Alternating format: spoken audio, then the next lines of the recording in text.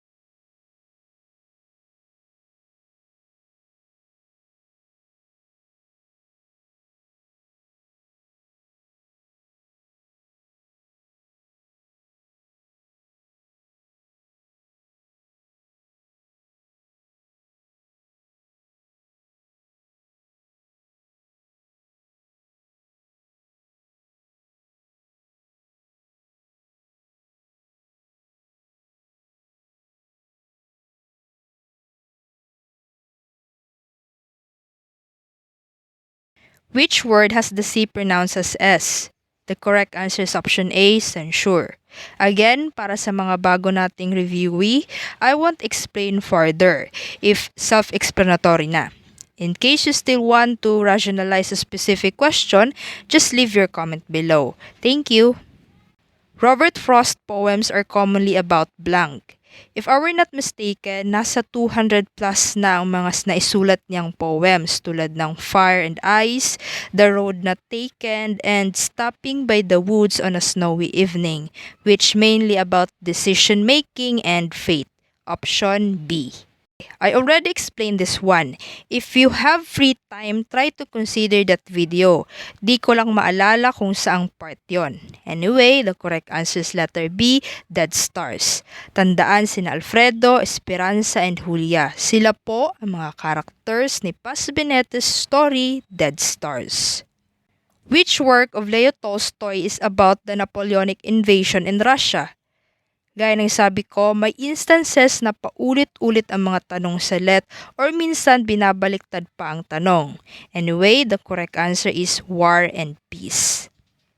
In Carlos Bulosan's My Father Goes to Court, what is the accusation of the rich father? Recap lang tayo, teachers. Si Carlos Bulosan ang nagsulat ng American is in the Heart, the celebrated autobiography. Okay, in this question, sinulat niya ang Father Goes to Court. To give you a summary, lalo na sa mga hindi alam ang story, tungkol ito sa dalawang magkaibang pamilya, poor family and the rich family, at magkapitbahay din sila. Yung poor family, mas healthy silang tingnan, unlike the rich family.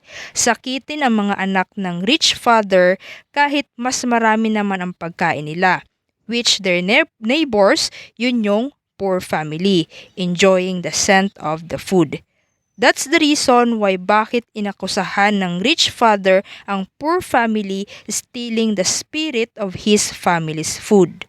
So the correct answer is letter A, stealing the aroma of the food. Who is considered as the father of detective stories? The correct answer is Edgar Allan Poe. One of the examples of his detective stories is The Murders in the Rue Morgue. This tense connotes actions that are happening at present time, meaning right now. This is also called the continuous tense, used to describe continuing actions. From the word progress means an actions that are in progress and ongoing. Common time expressions used in the question is the word right now. Filipino as a language blossomed during the blank occupation. Since Japanese authorities with extreme hate to the Americans, pinalaganap ang sariling wika ng Pilipinas lalo na sa pagtuturo sa Philippine history and character education. The correct answer is Japanese. Who is considered the goddess of Philippine poetry? The correct answer is option A, Ophelia de Malanta. Who wrote the novel The Little Prince? The correct answer is letter B, Antoine Exupéry. Pasensya na sa pronunciation. Correct me if I'm wrong. What is the name of the very first library in the world? Okay, the world's oldest library, founded around 7th century before Christ, was the Ashurbanipal. Listening, speaking, reading, and writing are collectively known as macro skills. Na-explain ko na to in the last drills, however, dito 4 lang ang binigay. Last drills natin, 5 macro skills yon. In the epic Iliad, who is the most trusted friend of Achilles? The correct answer is Patroclus. He is the advocate of art for art's sake in the Philippines. Okay, pag makita nyo yung keyword, advocate of art for art's sake, it should be Jose Garcia Villa.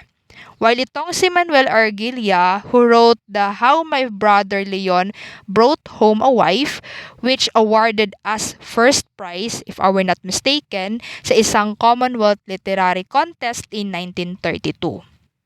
Who wrote the essay Self-Reliance, which mentions that envy is ignorance while imitation is suicide? The correct answer is option B, Ralph Waldo Emerson. Itong si Henry David Thoreau, Ralph Waldo Emerson, and Walt Whitman ay magkakaibigan. Si Thoreau ang nagsulat ng Walden or A Life in the Woods, while si Whitman ang nagsulat ng Leaves of Grass. Who wrote the novel Pride and Prejudice? The correct answer is A. Jane Austen. Who wrote the novel A Christmas Carol, which is about a man who hates Christmas? The correct answer is Charles Dickens. This is considered the golden age of literacy production in England. The correct answer is the reign of Queen Elizabeth. Na-discuss ko na rin ito in last Gen Ed Reels. The vellum is also known as the soft palate. The laborers are so happy that blank now reaping the fruit of blank efforts. Kailangan alam nyo kung alin dyan ang tamang gamitin. The correct answer is option A, they are there. Rabindranath Tagore's poem, Innermost One, is taken from the collection of devotional songs titled Gitanjali. Sorry for the pronunciation. Number 82. Jose Rizal's novel Noli Me Tangere is inspired by the novel Uncle Tom's Cabin by Harriet Beecher Stowe to expose Spanish colonial abuse in print. The film Gone with the Wind is about the American blank. The correct answer is Civil War. Number 84 question. The ability of the learner to relate the written symbols to its corresponding sound. The correct answer is phonics. Who is the Indian counterpart of William Shakespeare? The correct answer is Kalidasa. His famous work is Shakuntala. Mark Twain's novel Tom Sawyer and Huckleberry Finn are set in the blank river. The correct answer is Mississippi. The manager told his workers, "We have to reduce our workforce." What did he mean? The correct answer is B. Here's the next question. Washing their hands with the perfumes of Arabia. What does it mean? The correct answer is A. Guilt. In short, washing hands to remove the growing sense of guilt. An association wherein the name of something is substituted by something that represents it. The correct answer is metonymy, in which a word is replaced by something very close to the original meaning. May nangyayaring substitution. The commander ordered his men to hold on the fort. What was the message? Keyword, to hold on the fort. So the best answer is keep on with the fight. This story is about the boy who was born old and gets younger every day, is the curious case of Benjamin Button, and was adapted into film with Brad Pitt. Next question. The correct answer here is Pardoner's Tale, one of the Canterbury Tales by Geoffrey Chaucer. The moral lesson from that tale is that greed is the root of all evil. Who wrote the novel The Jungle Book? This book is a collection of animal tales by Rudyard Kipling. Audiolingualism is a new language teaching approach that mainly focuses on pronunciation, letter D. The family blank together. The correct answer is option A, praise stays. Tandaan teachers, most collective nouns if taken as a single entity must take a singular verb. Okay, check the keywords in this question. Holds an idea that needs to be conveyed as a message, so the correct answer is letter C, sender. These are sounds produced when the airstream is compressed and passes through a small opening, creating friction.